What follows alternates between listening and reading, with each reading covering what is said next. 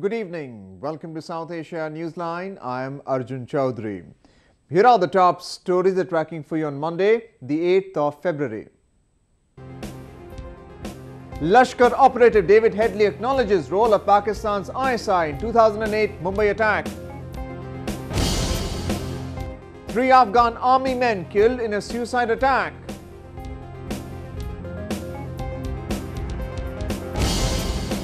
And 4 employees of Pakistan national carrier found after 6 days of missing. And now for all the details.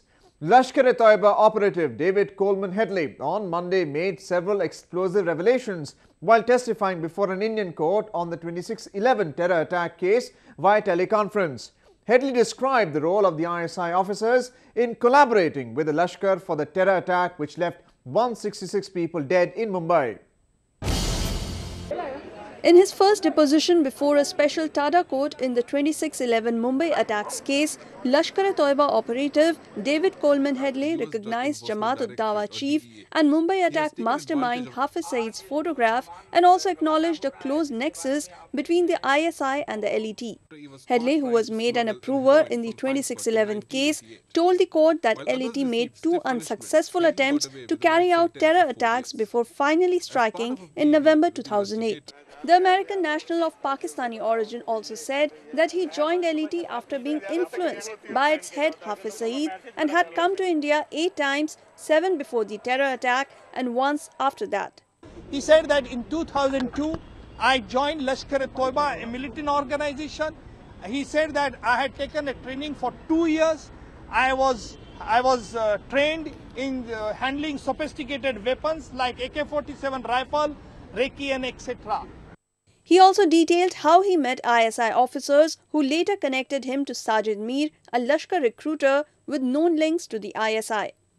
The Lashkar operative testified for over 5 hours today via video link from an undisclosed location in the US. We have further sought the information from him that in the leadership course who had taught you. Then he said that Hafiz Saeed, who is the founder of Lashkar-e-Taiba, he further said that Zakir Rahman Lakwi taught me.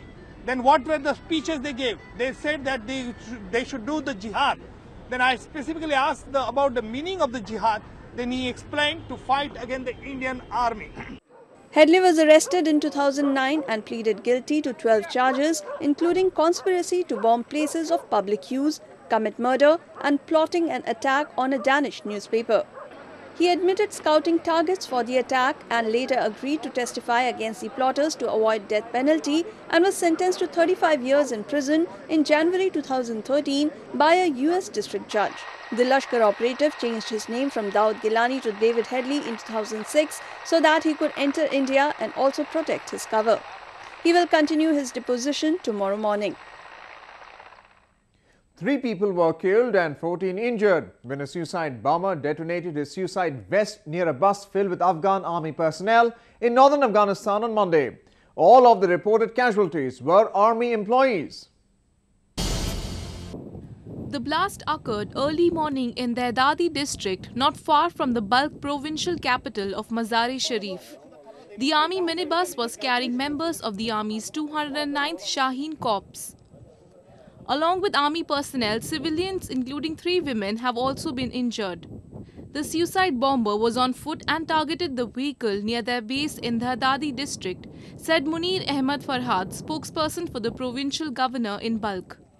موتر کاستر با جمپ جاده که سرعت خود کم میکنه نزدیک میشه هدف یک حمله کننده انتحاری قرار میگیره که با تأسف و درد و دریغ 14 نفر از سربازان و افسران اردوی ملی ما را مجروح میسازند و 3 نفرشان شهید و 4 نفر دیگه از این مجروحین آخرین گزارش‌هایی که به ما رسیده حالتشان بسیار وخیم پیش بینی شده. The Taliban has claimed responsibility for the bombing in an email to media. Buses carrying military and government employees to and from work have repeatedly come under attack by the Taliban, who want to topple the US-backed Afghan government in Kabul. The attack comes at a time when the Afghan government is considering direct talks with the Taliban by end of this month to reach a peaceful resolution to end violence in the war-torn country. Moving on, Afghan Taliban has held Pakistan's interference responsible for the continuing political turmoil in Afghanistan. It has accused Pakistan of deception. A group of Taliban leaders who recently pledged allegiance to Mullah Muhammad Rasul said that interference by Pakistan in the internal affairs of Afghanistan is the main cause of disorder in the war-torn country. They said that the faction has abandoned Pakistan due to the inappropriate behavior by the country. A senior commander of the faction urged Taliban leaders to free themselves from Pakistan, accusing it of deception. The Afghan Taliban militants are said to have a strong presence in Pakistan, particularly in Quetta, who pose to be a parallel government in Afghanistan. At the same time, Pakistan government has been playing a crucial role in forging the Afghan peace process by trying to bring Taliban militants in the negotiating table with the Afghan government. This has led many to accuse Pakistan of maintaining double standard on anti-terror policy. Journalism has become a high-risk job in the Pakistan-occupied region of Gilgit-Baltistan. Journalists and media personnel continue to bear the brunt of mirroring the realities of the region and are often victims of atrocities by the Pakistan security agencies. Journalists in Gilgit-Baltistan continue to live a risky life.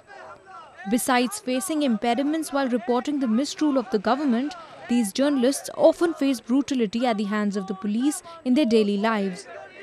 Journalists in the region recently held a rally protesting against the security forces and took to the streets to agitate against atrocities by the police on one of their colleagues. Khalid Hussain, a senior reporter of a Pakistani news channel, was beaten mercilessly by the police in Gilgit over a minor car parking issue. He suffered severe injuries and was later admitted to City Hospital. The journalists protested against the incident and marched to the Chief Minister's residence, demanding stringent action against the police personnel. एक थानेदार को चाहिए कि अगर वो कोई जुर्म करता है तो उसको गिरफ्तार करे, चालान करे, कुछ करे, हम उसके साथ होंगे, हम उसको तस्लीम करेंगे, लेकिन ये नहीं कि सड़क के सरेआम आके जिस तरह किसी चोर की पिटाई की जाती है उस तरह उसकी पिटाई कर रहा है। वो एक साफी और एक ऐसा बड़े चैनल का नुमाइंदा है और जिसके साथ ये हो रहा है तो मेरे ख्याल में छोटे मोटे साफियों की तो कोई हैसियत ही नहीं है। The provincial government has not provided any platform to the journalists to report the harassments they have faced by security personnel and other authorities. Many in the media fraternity claim that they are often victims of the anger of authorities for reporting against corruption, malpractice and bringing to light true plight of the people of Gilgit-Baltistan. Even owners of media organizations succumb to government pressure and victimize their own journalists, they allege. यहाँ लोग सारे road पे इस वक्त सूरत-ए-हाल आप देख रहे हो जिसकी रिपोर्टिंग जो एहतजाज हो रहा है बाहर टैक्स के खिलाफ हो रहा है सहाफ़ी मुस्बित रिपोर्टिंग कर रहे हैं उसका नतीजा इनको ये मिल रहा है हम इसकी सदीद अल्फाज में मजम्मत करते हैं और इंतज़ामिया और पुलिस डिपार्टमेंट को जो सीनियर ऑफिसर्स हैं उनको हम रिक्वेस्ट करते हैं कि वो आके इस मसले को फौरन हल किया जाए जिन बंदों ने इसके साथ तशद्दुद किया जाए उसको 24 घंटे के अंदर मुअत्तल किया जाए। Many state that journalism in Gilgit-Baltistan is not a profession for those who are honest and who want to report against the malpractice of the administration. Journalists who work in tandem with authorities are treated well, but the lives of independent journalists who report Pakistan government's maladministration in the region are miserable. Nevertheless, these journalists continue to risk their lives and report about the ground realities of the region occupied by Pakistan for decades. 4 members of the Joint Action Committee of the Pakistan International Airlines employees were released on Monday, 6 days after they went missing.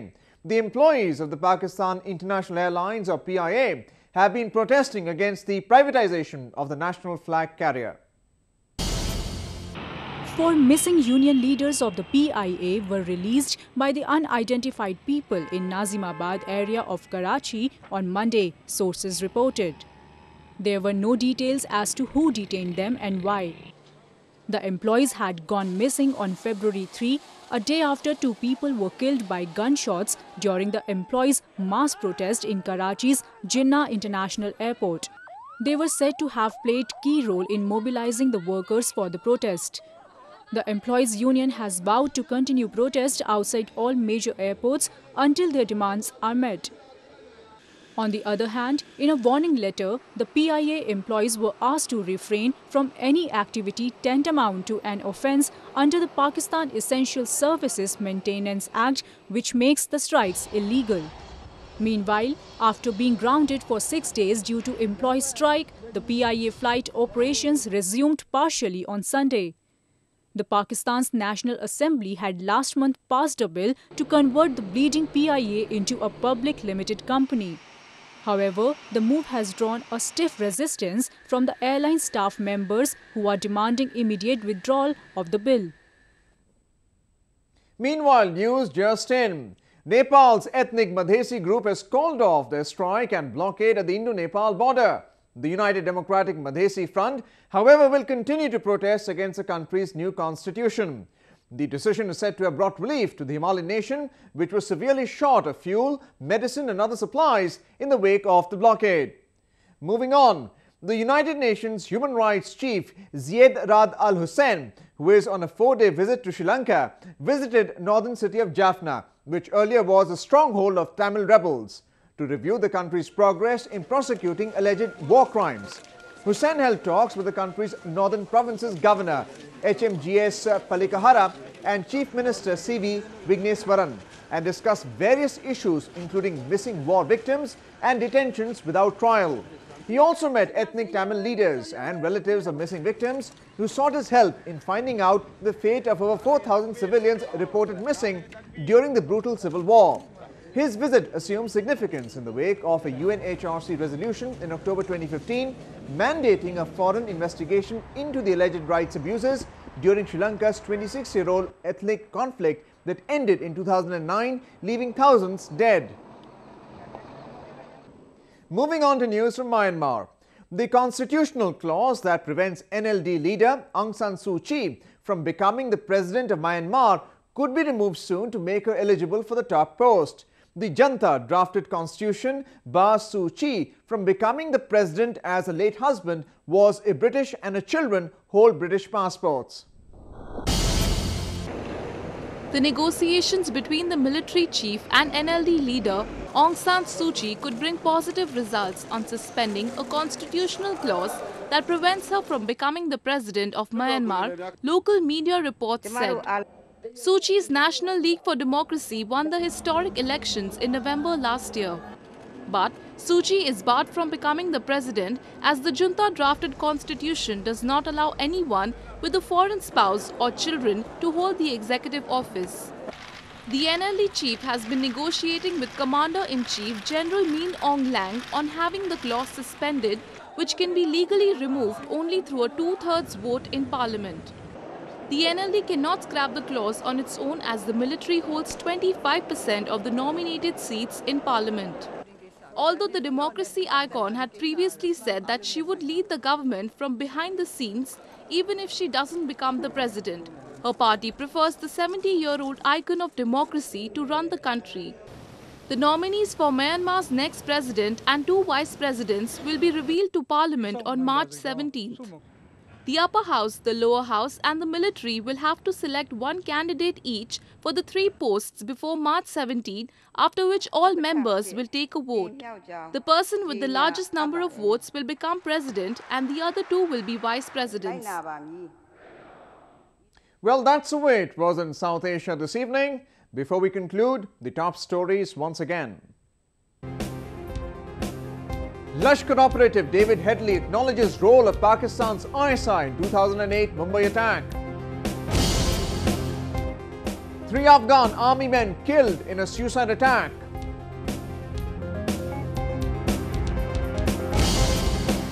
And 4 employees of Pakistan national carrier found after 6 days of missing.